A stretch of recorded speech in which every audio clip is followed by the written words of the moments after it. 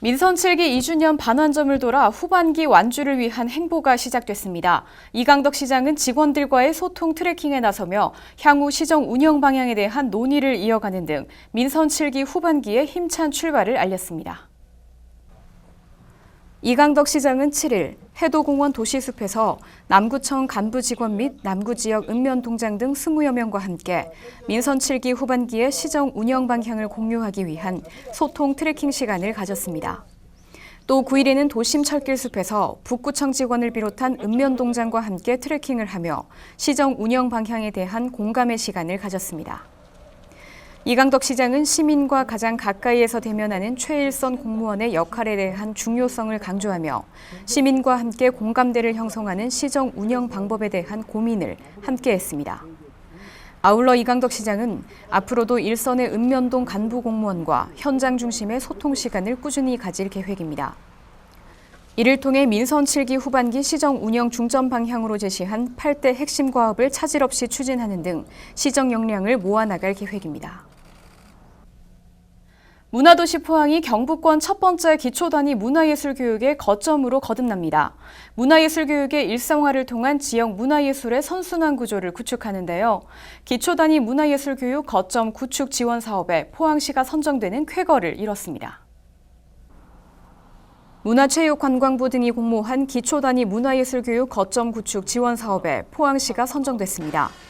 사업은 국비 6,735만 원을 지원받아 진행될 예정이며 내년부터는 지방비를 매칭해 2022년까지 기초단위 문화예술교육지원센터가 시범 운영됩니다. 이번 사업은 기초단위의 지역 밀착형 문화예술교육 거점 구축은 물론 시민 생활권 단위의 문화예술교육 생태계 조성을 위한 기반 사업입니다. 포항문화재단이 제시한 모델은 포항시와 유관기관, 예술가와 문화공동체, 시민들을 연결해 거버넌스를 구축하고 도농복합의 포항 특성을 반영한 읍면동 생활권 중심의 보편적 문화예술교육을 확대하는 방식입니다. 이후 문화예술교육을 토대로 다양한 주체를 연결하는 접점을 이끌어낼 계획이며 마을 단위의 시범사업 발굴, 지역 생활예술 활동가와 인력 양성 등의 사업을 지역 문화공동체와 협업해 진행합니다. 시는 작은 단위의 문화공동체 활동이 중요해지고 있는 만큼 문화예술교육 거점을 통한 지역 문화예술의 발전 모델을 만들기 위해 지속적으로 노력할 예정입니다. 포항시 경제의 든든한 기반이 되고 있는 산업단지 활성화를 위해 포항시가 본격 나섭니다. 포항 지역 산업단지 발전지원단을 구성하기 위한 업무 협약을 체결하며 포항시 산업발전의 보폭을 넓히고 있습니다.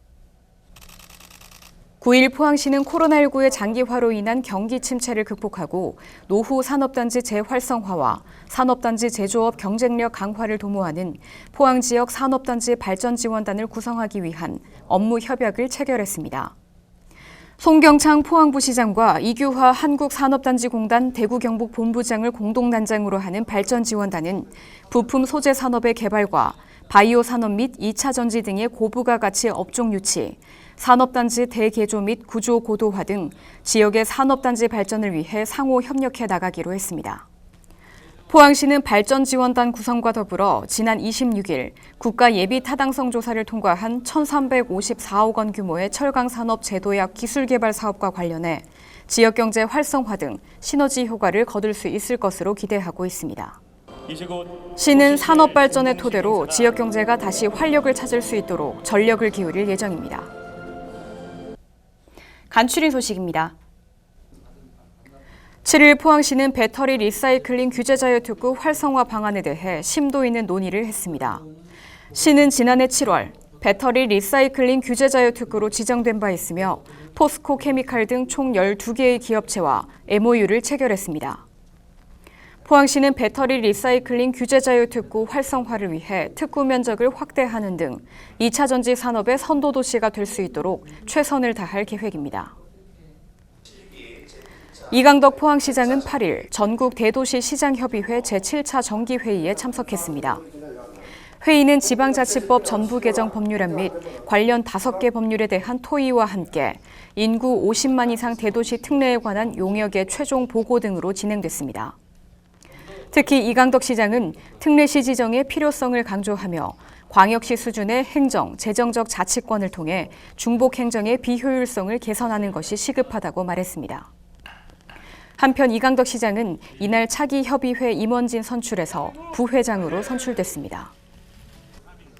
포항시는 9일 저지대 상습 침수 지역인 창포동 두호 시장을 방문해 침수 대책 사업 진행 상황 및 방지 대책 점검에 나섰습니다. 시는 지난해 11월부터 침수 대책 사업을 추진하고 있으며 우수관로 개량과 같은 7건의 사업을 완료하고 간이 펌프 시설 설치 공사 등을 진행하고 있습니다. 아울러 현재 추진 중인 침수 대책 사업을 안전하게 마무리하고 여름철 집중호우로부터 시민의 재산과 생명을 보호하는 데 행정력을 집중할 계획입니다. 포항시는 올해 연안 수온이 평년 대비 약간 높을 것으로 전망됨에 따라 9일 영일만 신항 북방파제 앞 1마일 해상에서 민관 합동 적조방제 사전 모의 훈련을 실시했습니다. 이날 훈련에는 황토살토 바지선, 어업지도선, 해경 방제정 등 총 17척의 방제선이 동원됐습니다. 한편 시는 수산 양식시설 사전 점검 등 선제적 대응으로 지난 4년간 적조 피해를 예방한 바 있으며 올해는 5년 연속 적조 피해 제로화를 위해 만전을 기합니다. 9일 포항시는 포항 테크노파크에서 경상북도 원자력 및 에너지 신산업 육성을 위해 경상북도 포항 테크노파크와 3자 업무 협약을 체결했습니다. 이번 업무 협약으로 세 기관은 정부 에너지 정책 추진에 발맞춰 경북 동해안권 특화 전략산업 발굴을 위해 공동 협력하기로 했습니다. 포항시는 원자력 및 에너지 산업 육성이 지역 기업의 새로운 돌파구가 될 것을 기대하며 행정적 지원을 아끼지 않는다는 방침입니다. 네, 오는 25일 포항 시내버스 노선이 개편됩니다. 이에 따른 시민 불편을 최소화하기 위해 포항시는 노선 개편 전담 콜센터를 운영 중인데요. 오전 7시부터 밤 11시까지 콜센터를 운영합니다. 노선 개편과 관련된 자세한 사항은 054-281-8272로 문의하면 되는데요. 시내버스 개별 노선부터 버스의 번호 체계까지 안내하며 노선 개편에 시민들의 혼란이 없도록 노력하고 있습니다. 시민 여러분들의 많은 이용 바랍니다. 이번 주 준비한 소식은 여기까지입니다. 함께해 주신 여러분 고맙습니다.